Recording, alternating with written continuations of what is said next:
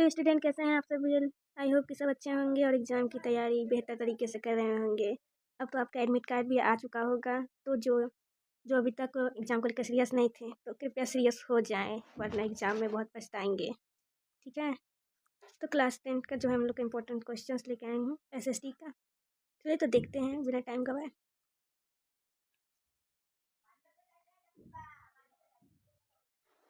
Question number 1 है, राष्ट्रवाद शब्द का संबंध किस भावना से है। तो बताइए, राष्ट्रवाद शब्द का संबंध किस भावना से है। इसका ऑप्शन नंबर बी हो जाएगा, राष्ट्रीय एकता की भावना से है। नेक्स्ट क्वेश्चन, फ्रांस में 1789 की क्रांति का मुख्य परिणाम क्या था। राजतंत्र की स्थापना, लोकतंत्र की स्थापना, सामंतवाद की मजबूती या चर्चा की शक्ति में वृद्धि। बताइए क्वेश्चन नंबर 2 का आंसर क्या होगा। तो ये हो जाएगा बी नंबर, लोकतंत्र की स्थापना। नेक्स्ट क्वेश्चन, फ्रांसीसी क्रांति के समय जनता द्वारा अपनाया गया प्रतीक कौन सा था। तिरंगा झंडा, लाल टोपी, सफ़ेद झंडा या नीला झंडा। थर्ड का आंसर दीजिए। तो ये हो जाएगा लाल टोपी। नेक्स्ट क्वेश्चन, मार्सेईज क्या है। युद्ध, फ्रांस का राष्ट्रगान, संधि, संविधान। फोर्थ का आंसर दीजिए, क्या है मार्सेई। ये फ्रांस का राष्ट्रगान है, बी नंबर।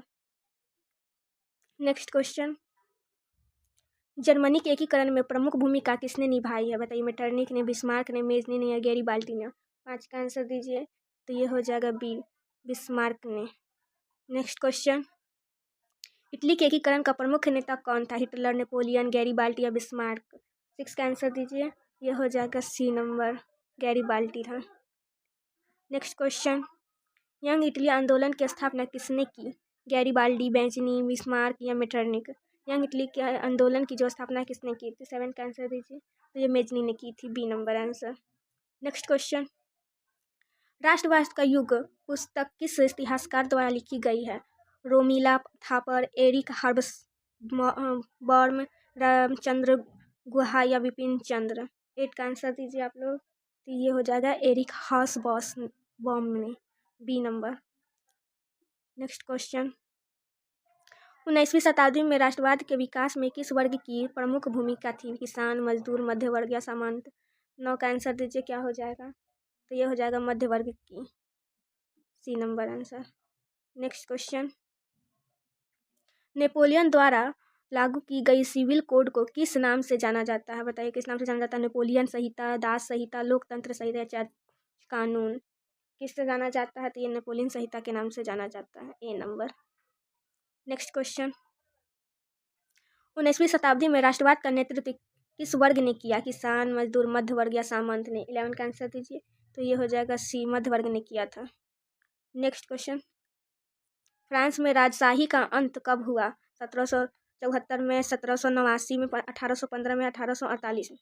बताइए, 12 का आंसर दीजिए। ये हो जाएगा 1789, बी। नेक्स्ट क्वेश्चन देखते हैं, 1848 की क्रांति का केंद्र कौन सा देश था। इंग्लैंड, फ्रांस, रूस, स्पेन। 13 का आंसर दीजिए, कौन सा था। तो ये फ्रांस था, B number answer. Next question, Germany के एकीकरण में कौन सी नीति अपनाई गई। अहिंसा, रक्त और लौ की नीति, सत्याग्रह, असहयोग। 14 का आंसर क्या हो जाएगा। तो यह हो जाएगा रक्त एवं लौ की नीति अपनाई गई थी, B number answer. Next question, Bismarck किस देश का चांसलर था। फ्रांस, इटली, प्रसा या ऑस्ट्रिया।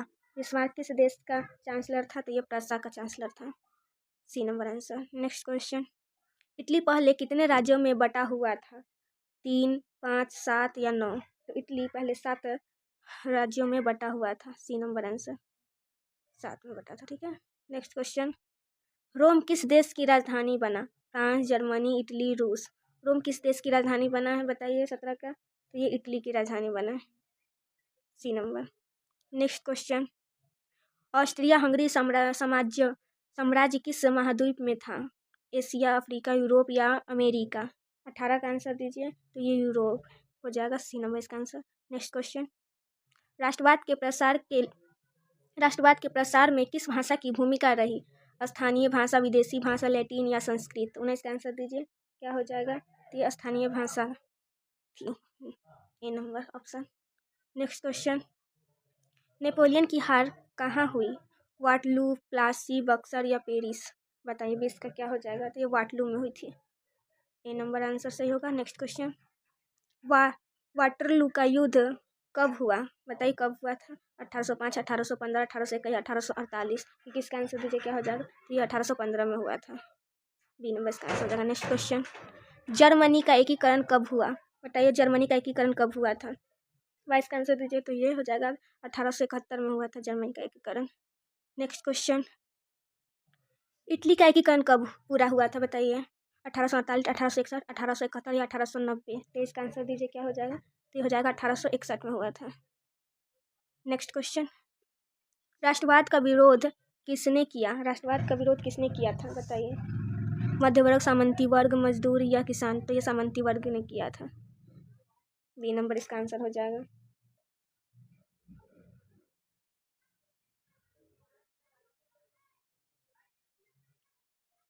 तो इसका क्या देखें,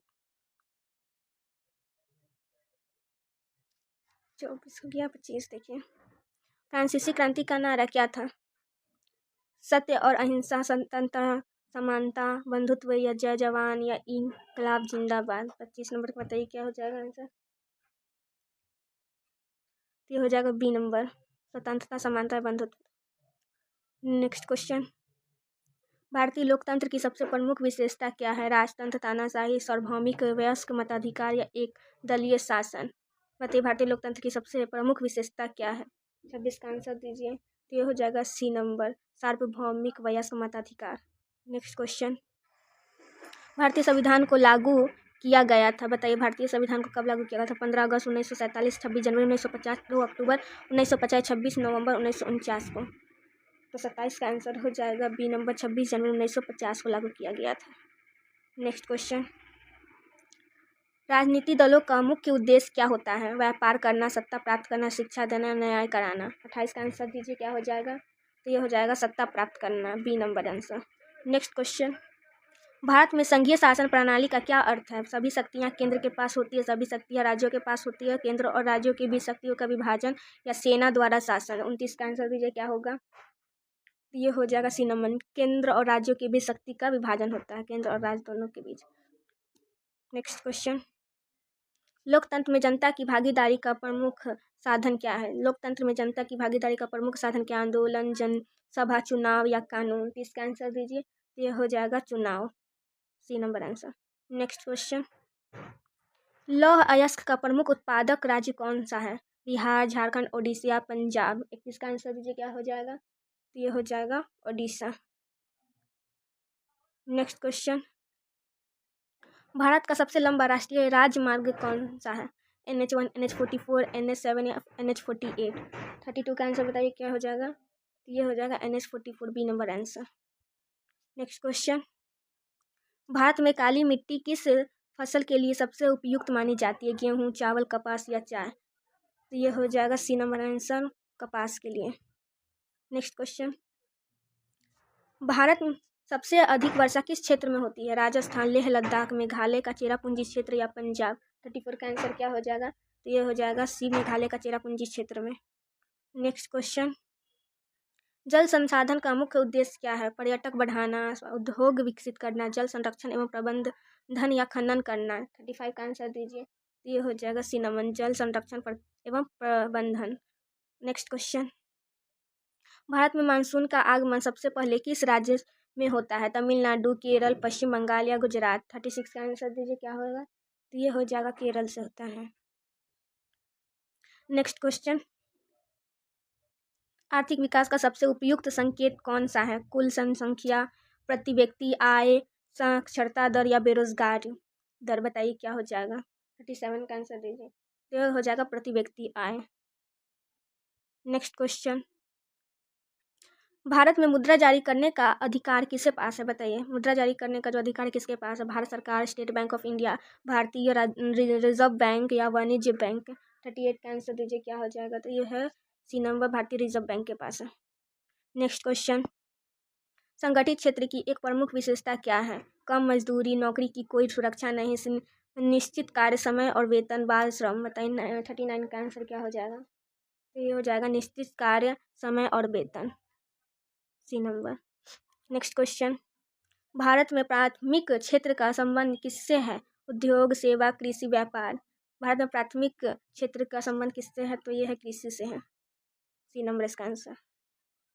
नेक्स्ट क्वेश्चन, आर्थिक विकास का सबसे उपयुक्त संकेत कौन सा है? आर्थिक विकास का सबसे उपयुक्त संकेत कौन सा है? कुल जनसंख्या, प्रति व्यक्ति आय, साक्षरता दर, बेरोजगार। बताइए 41 का आंसर क्या हो जाएगा? तो ये प्रति व्यक्ति आय हो जाएगा। B number. नेक्स्ट क्वेश्चन, जल संसाधन का मुख्य उद्देश्य क्या है? पर्यटन बढ़ाना, उद्योग विकसित करना, जल संरक्षण एवं प्रबंधन, खनन करना। 42 का आंसर बताइए क्या हो जाएगा? तो ये हो जाएगा जल संरक्षण करना एवं प्रबंधन।